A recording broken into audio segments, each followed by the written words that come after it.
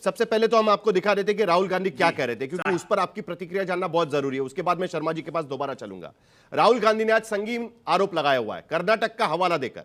अब तक महाराष्ट्र की बात चल रही थी, अब कर्नाटक में भी कांग्रेस का कहना है कि उन्होंने खोजबीन की हुई है, डीप डाइव किया हुआ है और उसमें से कुछ पता चला है। जरा एक बार राहुल गांधी का बयान सुन लेते हैं। सिर्फ 52 लाख की बात नहीं है, सिर्फ बिहार की बात नहीं है, महाराष्ट्र में इन्होंने चीटिंग की। हमने सवाल पूछे इलेक्शन कमीशन से, वोटर लिस्ट दिखाइए, इन्होंने वोटर लिस्ट नहीं दिखाई। हमने कहा कि वीडियोग्राफी दिखा दीजिए, वीडियोग्राफी का कानून बदल दिया। 1 करोड़ नए वोटर्स आए थे महाराष्ट्र में और इलेक्शन चोरी किया।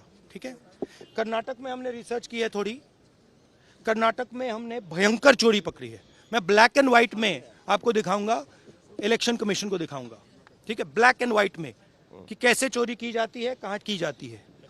कर्नाटक में ब्लैक एंड व्हाइट में है हमारे हाथ में। ठीक है, ब्लैक एंड व्हाइट। ठीक है, और यही काम पता लग गया है। अब तो एसआईआर की प्रक्रिया भी पूरी हो रही है। ये कब होगा ब्लैक एंड व्हाइट, और क्या है ब्लैक एंड व्हाइट आपके पास? साहिल जोशी जी, हम पिछले 3 महीने से उस पर काम कर रहे हैं और इतनी इनडेप्थ हमने रिसर्च की है, इतनी इनडेप्थ फैक्ट फाइंडिंग है कि आप लोगों के पैरों के तले जमीन खिसक जाएगी और ये पता लग जाएगा कि कैसे लोकतंत्र का चीरहरण इन लोगों ने किया है। इतना बड़ा खुलासा होगा जिसकी आप लोग कल्पना नहीं कर सकते। हमने बहुत वैधानिक तरीके से उसकी जांच पड़ताल की है। क्यों महाराष्ट्र में इन्होंने फोटो के साथ वोटर लिस्ट हमको नहीं दी? क्यों महाराष्ट्र में ये फुटेज देना नहीं चाहते? क्यों एक एक घर में 4-4, 5-5 हजार वोटर रजिस्टर्ड मिले? इसका जवाब आखिर कौन देगा? तो लोकतंत्र का चीरहरण तो हम नहीं करने देंगे। जो इन्होंने वोट बंदी की इस देश के साथ, इतना इस देश के प्रजातंत्र पर इतना बदनुमा दाग लगाया, और हर बार बिहार क्यों सहन करेगा? आपने नोटबंदी की तो हजारों बिहार के मजदूरों को दर-बदर की ठोकर खाने के लिए मजबूर कर दिया। अब आपने आज वोट बंदी की तो देखी जाइए तो सही। मैं आग्रह करता हूं एक बार सभी चैनल के लोगों से, बिहार के चप्पे चप्पे पर जाइए। मैं तो आश्चर्यचकित हूं, राजीव रंजन जी जैसे समझदार एक प्रवक्ता को भी दुख और दर्द कराइए तो साहिल जी तभी बोलूं। नहीं, एक सेकंड हो गया। दुबे जी का कुल मिलाकर यह कहना है, अभय दुबे कुल मिलाकर यह कहने की कोशिश कर रहे हैं कि गलत वोटर्स के नाम घुसेड़े गए और उसको लेकर कांग्रेस ने पहले से ही कच्चा चिट्ठा खोलना शुरू कर दिया है, और उसको छुपाने के लिए कहीं ना कहीं एसआईआर की प्रक्रिया बिहार के अंदर चल रही है, और इसके पीछे वोटर्स के नाम काटने की कोशिश भी यहां पर चल रही है। के शर्मा जी, और इस पर सरकार को बहस करानी चाहिए, क्योंकि आखिरकार जो कार्ड है इसका, वो सरकार के तरफ से ही कहा गया था रिप्रेजेंटेशन ऑफ पीपल्स एक्ट में कि वो लागू होना चाहिए। उसके बावजूद भी अब चुनाव आयोग मानने को तैयार नहीं। के शर्मा, मैं पॉइंट टू पॉइंट आपको जवाब देता हूं साहिल जी। सबसे पहले तो राहुल गांधी जी के बयान पर मैं आपको कहना चाहता हूं, राहुल गांधी जी 75 वर्ष के भारतीय राजनीति के इतिहास में ऐसे पहले शख्स हैं, राजनीतिक शख्स, जो सुप्रीम कोर्ट से झूठ बोलने पर 3 बार फटकार और दुत्कार खा चुके हैं, फिर भी उनको समझ नहीं आता।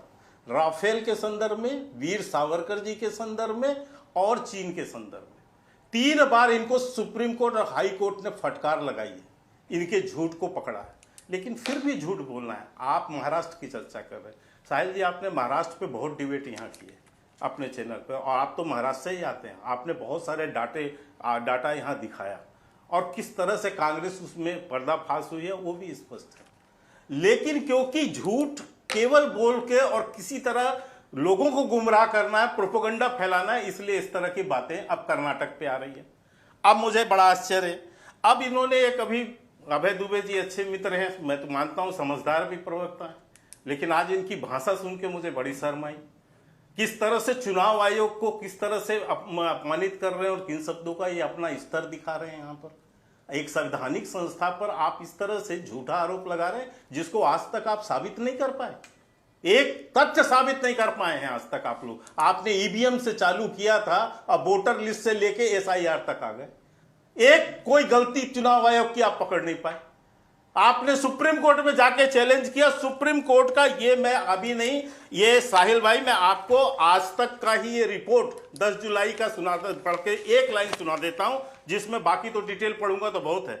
सुप्रीम कोर्ट ने कहा कि चुनाव आयोग जो कर रहे हैं कानून के हिसाब से ही कर रहे हैं। ये आपकी रिपोर्ट है सर साहिल जी, ये 10 जुलाई का। बाकी मैं आप कहेंगे तो और पढ़ के बता दूंगा क्या क्या बोला है, लेकिन इसके बावजूद नहीं तो उसका मतलब यह है कि सुप्रीम कोर्ट ये कहने की कोशिश कर रहा था कि चुनाव आयोग को एसआईआर करने का अधिकार है कि नहीं है। तो अधिकार है, संवैधानिक अधिकार है उनको करने का। ना मामला तो मैं अब उसी एसआईआर पे वो जा- कर सकते हैं कि नहीं है बिल्कुल, उसको अब लेकर नहीं है इसीलिए मामला। उसमें इस बहुत बात सी को लेकर बातें है हैं। कि जिस तरीके से किया जा रहा है उस पर सवाल उठा रहे हैं वो Sharma ji, just to clarify.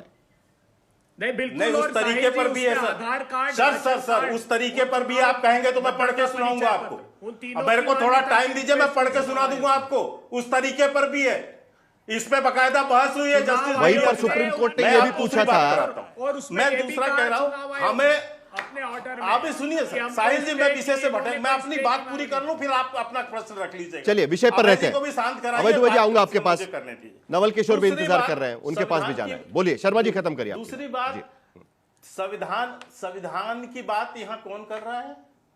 वो कांग्रेस पार्टी जिसने इस देश में इमरजेंसी लगा के 21 महीने तक इस देश को तानाशाही शासन में रखा, संविधान को जो है समाप्त कर दिया। वो हमको संविधान की सीख दे रही है।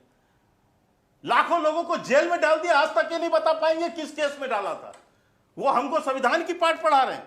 अब ये कह रहे हैं इसकी जांच हो जाए तो ये भैया कोर्ट खुला है ना, गए तो हो कोर्ट पे और चले जाओ, लेकिन कोर्ट से भागते हो, झूठ बोलते हो, बाहर निकल के प्रोपोगंडा रचते हो, और इसलिए कि देश के संवैधानिक संस्था को बर्बाद किया जाए, उसको बदनाम किया जाए इंतजार और रहेगा। विदेशी षड्यंत्रों का सह दिया जाए।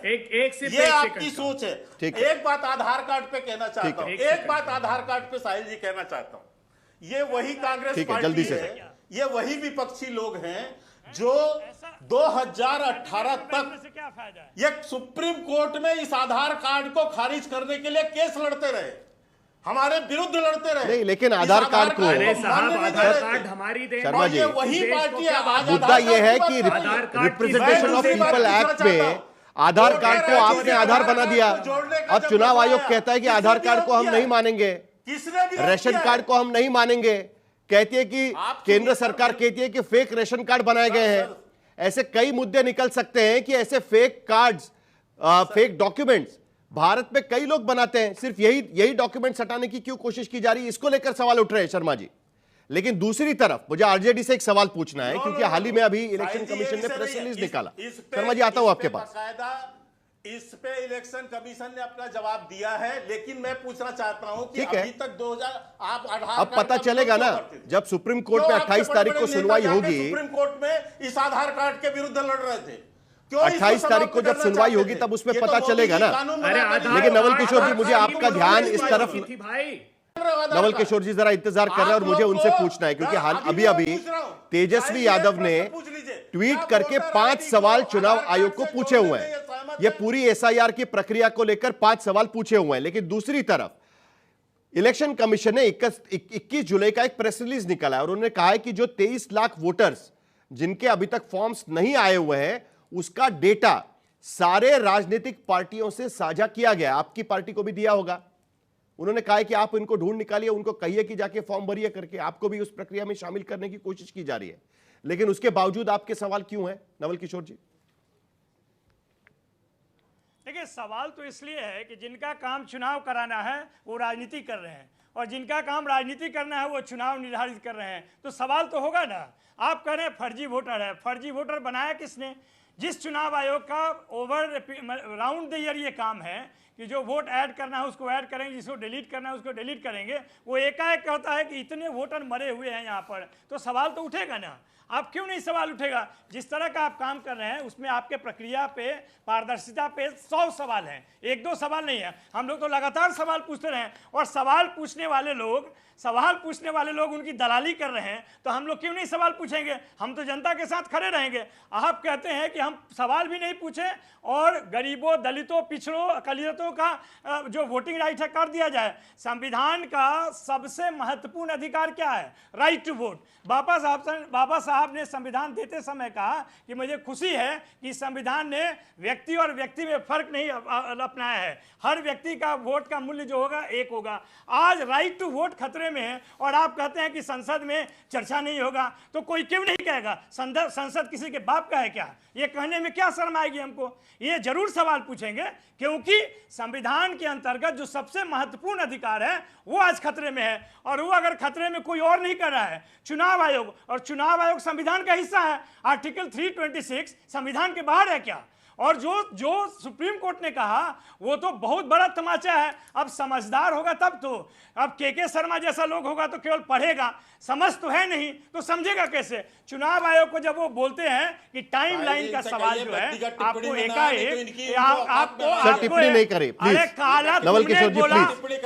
नहीं आप पूछिए, आपके सर व्यक्तिगत टिप्पणी नहीं करेंगे, मुद्दे पर रहेंगे। मैं मुद्दे पर सवाल पूछता हूं, मुद्दे पर बात करेंगे प्लीज। जब किसी पर भी व्यक्तिगत टिप्पणी मत करिए। मेरी आपसे गुजारिश रहेगी नवल किशोर जी, फिर मुद्दा भटक जाएगा, हम असली मुद्दे पर बात नहीं कर पाएंगे। नहीं, बिल्कुल बिल्कुल बिल्कुल, इसलिए मैं मुद्दे पे ही रहूंगा, मुद्दे पे रहूंगा। लेकिन आपको टोकना चाहिए था जब उन्होंने बोला कि काला कपड़ा क्यों, काला मुंह में पोत लेना चाहिए, तब आपको टोकना चाहिए था। काला कपड़ा पहना, काला झंडा दिखाया गया मोतिहारी में नरेंद्र मोदी को, ये भूल गए क्या? काला कपड़ा जो है प्रोटेस्ट का माध्यम है, काला मुंह में पोतना हो तो भाजपा डिजर्व करता है, संघ के लोग डिजर्व करते हैं, जो लोग देश को गुमराह करते हैं उसको डिजर्व करते हैं। तो सवाल ये है कि अगर प्रक्रिया और पारदर्शी तो और अच्छा प्रोटेस्ट करोगे। जब अरे इतना घटियापन कहां से लाए हो शर्मा जी? पैदाइशी हो क्या? पैदाइशी हो क्या? तुमको सिंगल सवाल में नहीं आता है कि सुप्रीम कोर्ट ने जब टाइम। राजीव रंजन जी, आपकी पार्टी, एक मिनट सुन लीजिए। दर्शक आपके बदतमीजों का सरदार हो तुम, बदतमीजों का सरदार हो तुम। चलिए जरा एक बार फिर मुद्दों पर लेके आते हैं। मेरी गुजारिश है नवल किशोर जी, के शर्मा जी, प्लीज जरा व्यक्तिगत टिप्पणी नहीं, एक दूसरे के नेता के प्रति भी व्यक्तिगत टिप्पणी नहीं करेंगे, क्योंकि ये वोटर से जुड़ा हुआ मुद्दा है और मुझे लगता है कि ये ज्यादा सीरियस डिबेट यहां पर होनी चाहिए, क्योंकि वोटर से जुड़ा मुद्दा है। एक वोटर भी अगर वोटिंग से वंचित रहता है तो उसको लेकर सवाल पूछना लाजमी है और यह सवाल पूछा जाना चाहिए। मुझे सवाल राजीव रंजन जी से इस बात को लेकर पूछना है, क्योंकि बड़े दिलचस्प आंकड़े राजीव रंजन जी सामने आए हुए हैं। आज की तारीख में जब 23 लाख वोटर्स ने अपने फॉर्म्स नहीं भरे हुए हैं, चुनाव आयोग कह रहा है कि 98% तक हमारे पास पूरा लेखा जोखा आ चुका है, और उसमें वो कह रहे हैं कि 52 लाख वोटर्स जो है अलग अलग कारणों की वजह से, कुछ लोगों की डेथ हुई है, कुछ लोगों के एड्रेसेस चेंज हो चुके हैं, सिर्फ 11,000 वोटर है जिनका कोई अता पता नहीं लग रहा है। यह भी आंकड़ा बड़ा दिलचस्प है, क्योंकि रोहिंग्या और ये सब की बातें होती है, सिर्फ 11,000 वोटर ऐसे हैं। अब जरा ये आंकड़े देखिए, 2024 में इंडिया ब्लॉक को, जो महागठबंधन है, उनको पड़े थे 1,70,55,575 वोट, और जो एनडीए ब्लॉक है, यानी आप और बीजेपी और बाकी आपकी सहयोगी पार्टियां, उनको 34,57,440 वोट इंडिया अलायंस से ज्यादा पड़े थे, यानी महागठबंधन से ज्यादा वोट पड़े थे। और आज वो वोटर लिस्ट में से 52 लाख वोटर्स का चुनाव आयोग कह रहा है कि ये वोटर्स अब हट जाएंगे, क्योंकि इसमें से कुछ मर चुके हैं, बाकी कुछ हो चुका है। आप डिफरेंस देखिए कितना है, जिसको लेकर अब जो विपक्षी दल है वो चिंता जता रहे हैं। 34 लाख 34 टू 35 लाख वोट आपको ज्यादा, देखिए सबसे 52 लाख वोट कट जाएंगे आज की स्थिति में। यह बड़ा दिलचस्प आंकड़ा है सर, और इसीलिए चिंता हो रही है, और इसीलिए आपके सांसद भी शायद चिंता कर रहे हैं। देखिए ये आंकड़े तो अब पब्लिक डोमेन में है, और इन आंकड़ों को आपने काफी बखूबी समझा भी दिया है। देखिए अगर कोई व्यक्ति जीवित नहीं है, 2 स्थानों पर, 1 से ज्यादा स्थानों पर अगर मतदाता है, और अगर वो अन्यत्र स्थानांतरित हो चुका है, या जो ट्रेसेबल नहीं है, ये 4 श्रेणियों में तो ब्यौरा उन्होंने दे दिया है। लेकिन जो 4थी श्रेणी है, 5वीं श्रेणी है, जिसमें जिन्होंने फॉर्म्स नहीं भरे, उनकी संख्या अब कम हुई है, इसलिए कि वो लगभग 2% बचे हैं। अभी भी इलेक्शन कमीशन ने ये कल पार्टियों के जिला अध्यक्षों से और बीएलएस से उन्होंने गुजारिश की है कि उन्हें बचे हुए समय का इस्तेमाल करना चाहिए फॉर्म्स को भरवाने में। देखिए, दरअसल ये हाय तौबा तो मेरी समझ से परे है। देश में 13वीं बार ये SIR हो रहा है और 1947 में ये देश आजाद हुआ। पहली बार 1957 में मटिहानी में बैलेट पेपर के जरिए जब चुनाव हो रहे थे तो उसमें बूथ रिगिंग का मामला सामने आया था। चुनाव सुधारों की निरंतरता है, लगातार अनेक फैसले लिए गए। अगर हम ये कहें कि हम उस दौर में ऐसा हुआ वही जारी रहेगा तो फिर लोकतांत्रिक मूल्यों की रक्षा नहीं हो सकती है। निरंतरता और सुधारों का चलता रहना बेहद जरूरी है। मैं इतना एक बार जरूर कहना चाहूंगा, सवाल खड़े करने वाले लोग सही है, यहाँ जो लोग भी बैठे हैं, मैं सिर्फ उस पे मैं नहीं, एक मैं सवाल उसमें जरूरी जोड़ना बात चाहता बोल हूं, रहा एक छोटा हूं। सा सवाल उसमें सुनिए जोड़ना ना, चाहता हूं। आप मेरे पास नहीं, आए एक हैं छोटा सा सवाल उसमें 35वें जोड़ना सेकंड। चाहता हूं मैं। आप मेरे पास 35वें मिनट एक छोटा सा सवाल उसमें जोड़ना चाहता हूं, आप ही को जोड़ना चाहता हूं। साहिल जी, आप 35वें मिनट में आए हैं, आप सवाल जोड़ दीजिए, जोड़िए। बोलिए चलिए।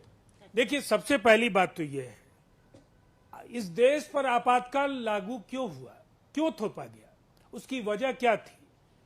चुनाव की गड़बड़ी। राज नारायण बनाम इंदिरा गांधी, वो चुनाव पूरे देश को आज भी याद है और उसमें सरकारी मैशनरी का दुरुपयोग या यशपाल कपूर को लेकर के जो भी मसले सामने आए, और जस्टिस जगमोहन सिन्हा ने 12 जून 1975 को यह फैसला दिया था, उनको अयोग्य ठहराया था। चूंकि आज चुनाव सुधारों पर बहुत लंबा भाषण अभी अभय दुबे जी ने सुनाया और देश पर केवल एक व्यक्ति को बचाने के लिए, उसकी कुर्सी को बचाने सुधार के लिए अगला जबरन आपातकाल थोप दिया। चुनाव आयोग चुनाव सुधार देखिए, नहीं करता है। आपसे मुझे नहीं बात करनी है, नवल किशोर जी। नहीं, साहिल जी, अगर आप कंट्रोल नहीं कर सकते हैं पैनल को, सर मैं जब मेरी आदत है, एक सवाल पूछना चाहता हूं, आप कहते हैं कि उम्मीद करता हूं